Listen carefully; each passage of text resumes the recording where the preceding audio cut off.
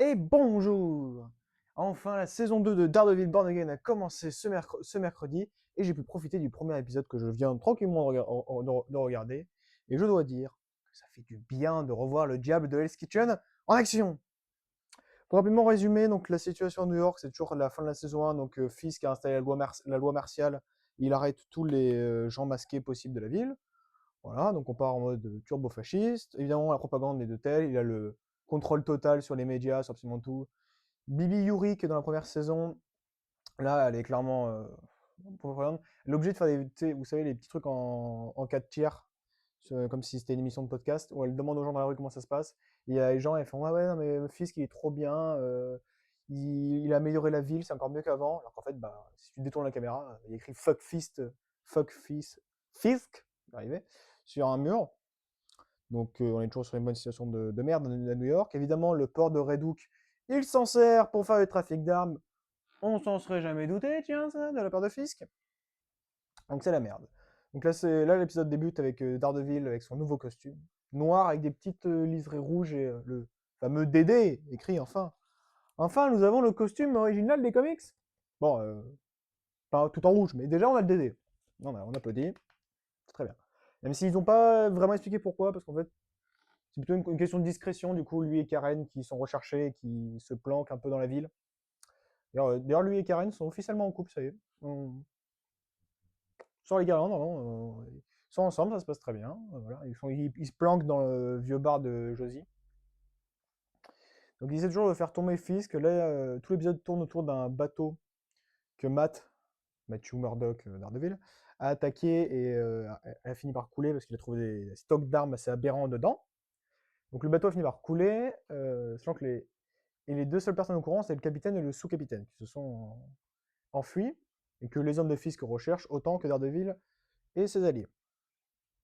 Donc dans l'épisode, on voit évidemment les alliés de Daredevil, où il y a toujours de la merde. Kristen, son associée avocate, qui arrive à tenir bon face au procureur qui est un fumier, basiquement. On a la psy, elle, qui a totalement vrillé. En fait, ça fait radicaliser parce qu'avec son trauma par rapport à Muse la saison dernière, bah là, elle le voit genre derrière d'autres gens, etc. Donc on lui dit de faire un bilan psychologique de Swordsman. Et ben, après, elle se fait corrompre parce qu'elle a la haine contre les vigilantes, même si Muse n'était pas un vigilante, c'est lui un psychopathe qui prenait le sang des gens pour faire des peintures, c'est horrible. Du coup, à ce niveau-là, elle est vue tarée, elle est dans le camp de Fisk. Qu'est-ce que ça veut dire? Il y a aussi un nouveau mec qui est débarqué de la CIA, donc un certain Monsieur Martin, je crois. J'ai déjà oublié. Un Monsieur Martin ou quelque chose comme ça. Qui est un mec de la CIA, et à un moment, genre, quelqu'un appelle et il dit vous ferez mieux de répondre. Et c'est genre le procureur ou je sais pas quoi qui prend. Non, c'est le sous-adjoint de l'État de New York ou je sais pas quoi. En gros, un mec bien placé qui peut faire chier Fisk. Il reçoit un appel, il fait d'accord, Madame De Fontaine. Donc, Madame De Fontaine, donc Valentina Allegra De Fontaine dans Thunderbolt notamment. Donc, on peut comprendre qu'à ce moment-là, Valentina est encore la chef de la CIA et que donc ça se passe avant les événements de Thunderbolt. Donc, il n'y a pas encore eu Sentry qui fait son énorme nuage noir dans la ville. Ça serait cool si on le voyait en fin de saison. C'est très très cool. Surtout parce qu'il y a 8 épisodes dans la série, et une semaine après, il y a le special sur le Punisher. Et ensuite, Spider-Man. Est-ce que, comme par hasard, les trois seraient reliés? Est-ce que les trois seraient dans le même film? Je ne sais pas, ce serait génial. En tout cas, je l'espère. Donc l'épisode est assez cool, les chorégraphies de combat sont toujours bien réalisées, il y a toujours un bon utilisage du cadrage. J'aime notamment qu'ils ont refait le truc de la focale. Vous savez, genre là et là, vous avez les bandes, vous avez les bandes de la vidéo. Et par exemple, quand il essaie d'écouter autour de lui, les bandes vont s'écarter. Et quand il se concentre sur un objet, ça va recentrer. Donc pour montrer son écolocalisation et tout ça. Vous êtes sur la mise en scène que j'adore, avec les pouvoirs d'Ardeville. Les chorégraphies de combat sont cool. On n'a pas encore eu de plans séquences qui sont la marque de fabrique de la série d'Ardeville. Donc on a une petite scène de combat au début où en camouflage, il prend un mec, la tête contre un mur, voilà. Mais là, ça s'accentue plus sur comment sont les choses, comment est le niveau propagande.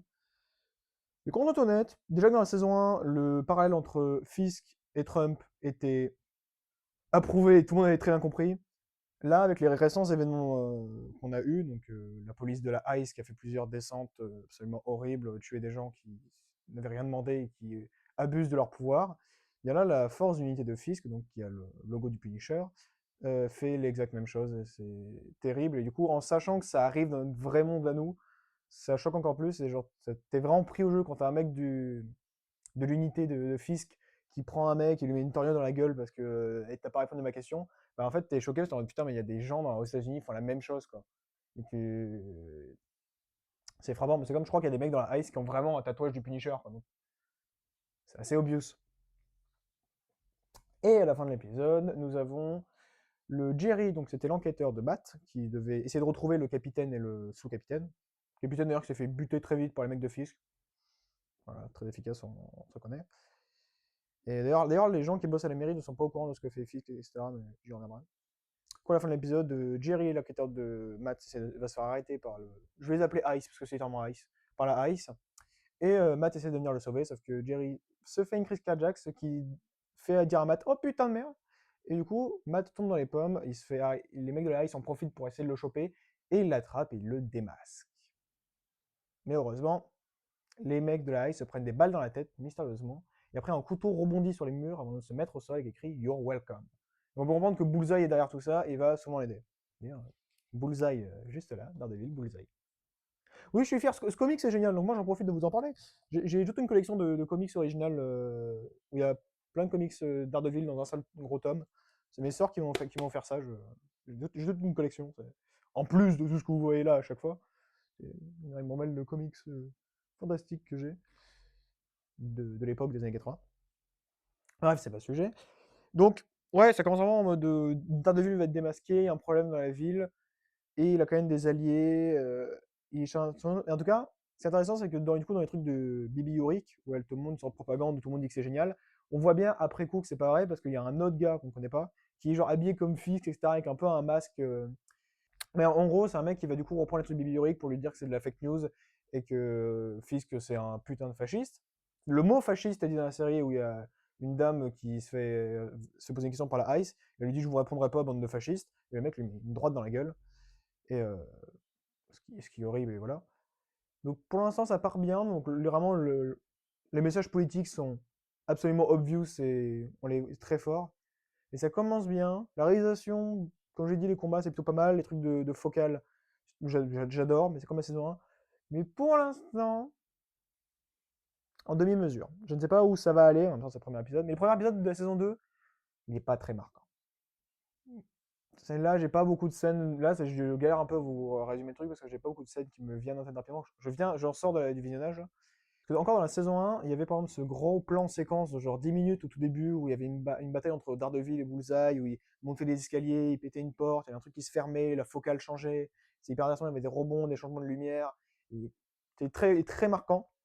Même la scène de fin avec le parallèle Fisk et Matt avec la lumière rouge et la musique derrière qui est trop cool cette musique. Là, c'est un peu le côté saison 2, et du coup, c'est de la continuation de la saison 1. Et donc, il y a moins de trucs marquants, c'est juste une suite directe. Mais du coup, ça fait un peu genre, j'ai attendu un an pour avoir un truc pas trop marquant. Je sais pas. Mais après, je me dis que ça peut aller dans un endroit cool. C'est comme le mec de la CIA, Monsieur Martin. Je suis sûr que ça s'appelle pas Monsieur Martin, j'en suis certain. Je vais dire Monsieur Martin. Il dit que du coup, les Fisk donnent des armes à la CIA. Parce que le mec, il dit les gens au-dessus de moi adorent bien ce que vous faites pour eux, etc. Et on a besoin de ce stock d'armes. Donc, est-ce que c'est pas Valentina qui, en fait, depuis le début, récupérait ses armes pour son truc, je crois que c'est Ox, grâce à Fisk. Est-ce qu'en fait, on va pas apprendre que Fisk était l'un des principaux fournisseurs du projet Sentry, ce qui permettrait de relier Thunderbolt à Daredevil Born Again? Parce que du coup, Thunderbolt se passera après.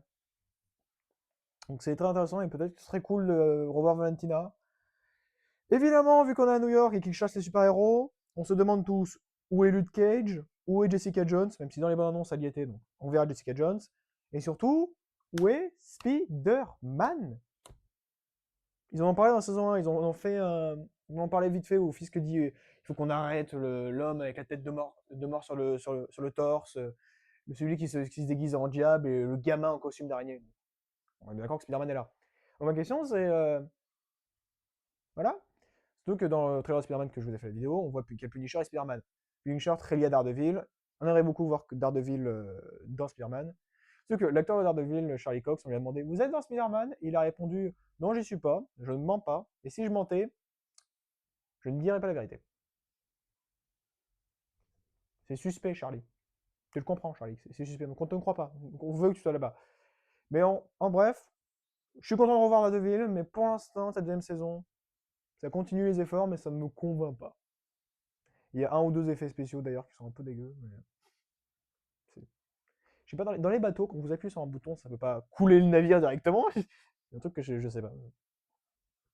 Bref, tout ça pour dire que je suis très content de cet épisode 1. Je vous invite à aller voir la série, que ce soit les 3 saisons de Netflix ou la première saison de Daredevil Born Again, et de continuer la seconde. Je sais que j'ai un ami à moi en ce moment qui essaye de rattraper tous les épisodes pour pouvoir regarder les nouveaux épisodes avec moi. Tu peux y arriver, mais ça va être long, crois-moi. On regardera pas la vidéo du coup parce que va se faire spoil. Mais voilà, donc, je vous invite à regarder Daredevil Born Again. Je vous en parlerai du coup chaque semaine pour les nouveaux épisodes. Et au plaisir!